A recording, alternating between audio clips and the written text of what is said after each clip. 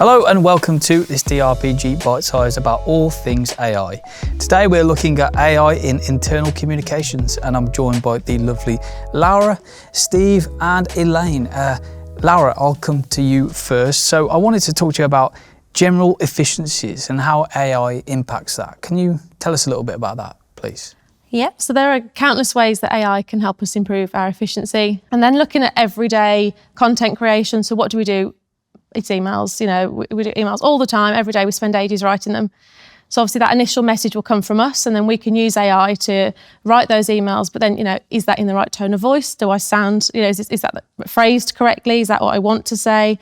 All those little tasks that can chip away at that time we're spending doing all those little things that are taking up so much time that then give us the time to spend on the creative, on the strategy, on that bigger thing, adding the value to what we do more rather than spending so much time on those little tasks. Then we look at things like data. How do we use data internally to make our decisions? So we can use AI technology to help us to kind of streamline that data and pull out those fundamental relative bits that we can then use to make our business decisions as well. So it's so many different things and it's using those correct tools for that part of the business, that part of the day, to make our time more efficient. So in your role as a digital marketer, it seems like it takes away those, those mundane tasks that stifle creativity and it frees up more time to, essentially be more creative with your team and the wider team at DRPG. Yeah, absolutely. So, talk to me about the human element of AI. Do we still need to go back and review what it's done for us?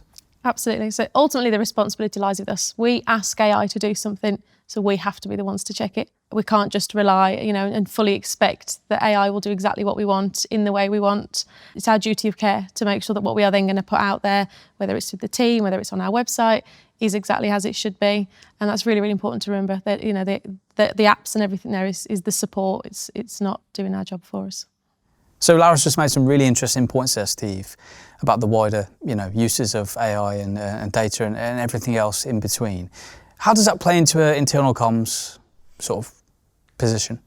So internal comms is a really interesting kind of avenue to go down from an AI perspective because there's so much ready data available. So we're moving away from the search engine data, we're moving into business data. So everything there can be utilized, executed and brought into kind of an in-house function. So whether we're kind of setting up those internal emails to understand when the best time to send it is, because it's as important that we know when to hit an employee with an important email as much as it is to send it out on a news blast or kind of those wider pieces out to your kind of wider audiences. We can use AI and those kind of functions to really capitalize on making internal work better.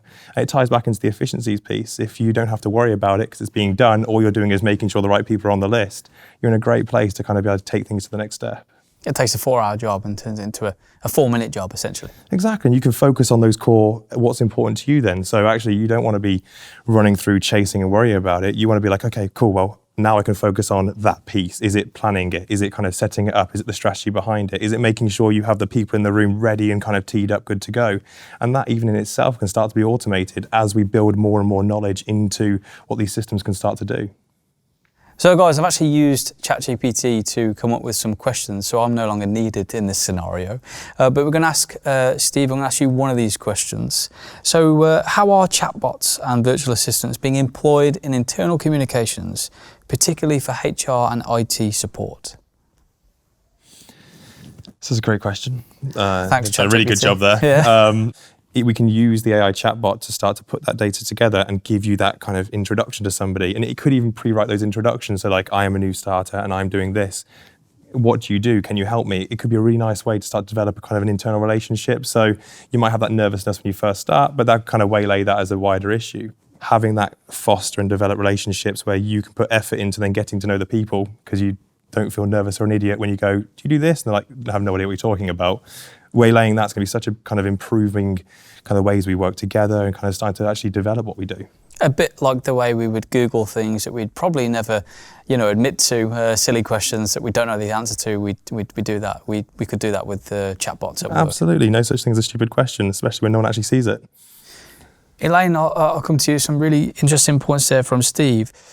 Internal comms, is AI going to sort of ruin that bespoke, personal experience that we've seen here at DRPG, especially with things like the inductions? A CEO is very visible. Dale takes time to, personally greet people and take them through that induction. Will AI sort of ruin that for us? No, it's a short answer. The more in-depth answer to that is, I think human interaction and being able to have a human being in a room for something like an induction or a piece of learning or delivering a comms message is always going to be the most personalised and human approach. So in an ideal world, that's what we would do with everything. In a real world, we're not able to do that with everything. So for us personally here, AI is not going to replace our CEO being present in our inductions. We're fortunate that we have got a CEO that has that direct connection with everyone coming into the business, and there's loads of value in that, and we're really fortunate.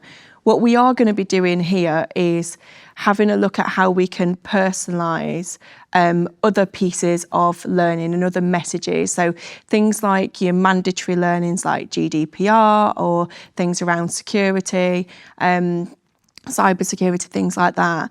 What would traditionally happen is we would take, and this would happen across many organisations, you would take an off-the-shelf piece of content, and that's what you would deliver out to the people in your organisation. And that's fine, but it's not the most engaging. There are some great options out there, but it's not the most engaging that it can be, and we recognise that. So what we're doing here is going, well, how can we can't have our CEO take the entire organisation through GDPR and cybersecurity and all different things every year, but it's also crucial we do that. But how can we utilise AI to make those pieces of content much more personalised and therefore more engaging for our audience? So what we've been able to do is work on creating bespoke avatar of our CEO, so that we can introduce a face to those pieces of content, but without having to take his time to do that. It's just a one-off, get some shots of that. We've been able to create an avatar using Dale's mannerisms, his hand movements, his facial gestures, his voice, and create a bespoke avatar, which then means that we can now create content that is much more personalised to DRPG, and it has that human element that we know from learning comms, whatever the message is, we know that the more human it can be, the more engaged people will be, and the more engaged people are, we know it's going to have a bigger impact. So it's definitely not going to replace that, but it's just a very, very, very good second option to help personalise those elements where we can't have someone in a room doing something. So instead of actually taking time away from spending, people getting to spend time with Dale, it's actually filling the time that's already empty. Exactly, the time's already there. So we're not in a position where we can go, we were utilising our CEO's time there, and we're going to take that away and we're just going to save him a bit of time and we're going to use an avatar instead. And we're absolutely not substituting. What we're saying is we have gaps. We know that there's gaps, whether it's a comms messaging, whether it's a piece of learning, we know that there's a gap. And we know that we can utilise AI to help us quite quickly fill a gap and help the audience to engage in whatever the message is that we're trying to get across to them. So to come back to Laura's points then, efficiency.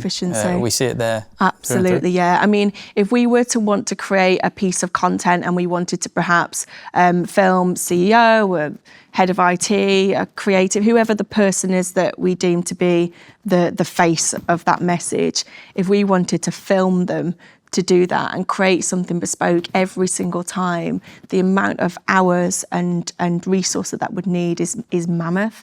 The fact that we can use AI now to do a lot of this for us, but still create a really, really highly engaging piece of content or message, and then keep the time for other things that we also need to do is just, it's mind-blowing, it's phenomenal.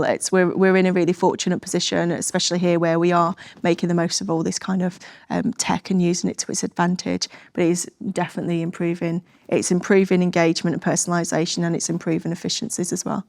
I think I'll remember this for when I'm out and about with clients and I need to record a podcast here. I'll maybe get an AI version of myself to do it. Yeah, we can sort that out for you. Brilliant. So Elaine, when we talk about training our people, does AI play into that? Does it affect the way we are going to train our people going forward, do you think? We can utilise AI to enhance the learning journey. So learning is far from somebody coming into a classroom and doing a one-off session, or jumping onto a learning platform and completing a piece of content, watching a video or completing an e-learning. It's much more than that. So we can use it to utilise a learner's end-to-end journey so that it's a more rounded experience. And one of the ways that we can do that is utilising AI-generated coaching platforms. So these would be platforms where information is fed into it that is personalised, so it still needs that human element of feeding information into it. So you may have like a learning session someone comes to, they may create some digital content, but now we're adding onto that again and going, we've now got a bespoke coach that can support you with those in-the-moment interactions that you need to have to coach you. How should I approach this conversation? What do I need to think about? How will I get the most from this person before you go in and have a conversation with someone in whatever context that may be? We'll still see all of the normal learning elements that you'd expect to see, classroom training, digital. We'll still see all of that, but now we can utilise AI to bring in just some additional elements that can help to really kind of round off somebody's learning. It's that true definition of in the moment, where someone needs some support and some in-the-moment learning or some guidance and direction, and they can get it right then at the moment when they need it, rather than needing to wait for there to be some kind of training going on. They can get it in the moment, and that's how AI is really going to help us enhance the learner's journey, I think. With the AI-led coaching program, will it be able to learn about people going along? So you say it's in the moment. So say somebody has a condition like ADHD, the coaching program should learn that, understand it, and adapt accordingly. Absolutely, yeah, absolutely.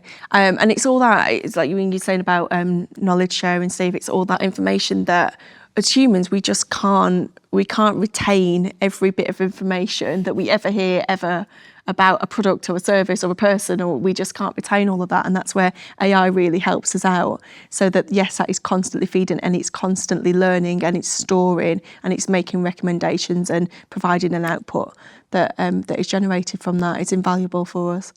Elaine, Steve, Laura, thank you so much for taking the time to sit down with me. That's it for this episode. Look out for Chapter 4, the next instalment where we talk about all things AI for customer experience. It's one definitely not to miss.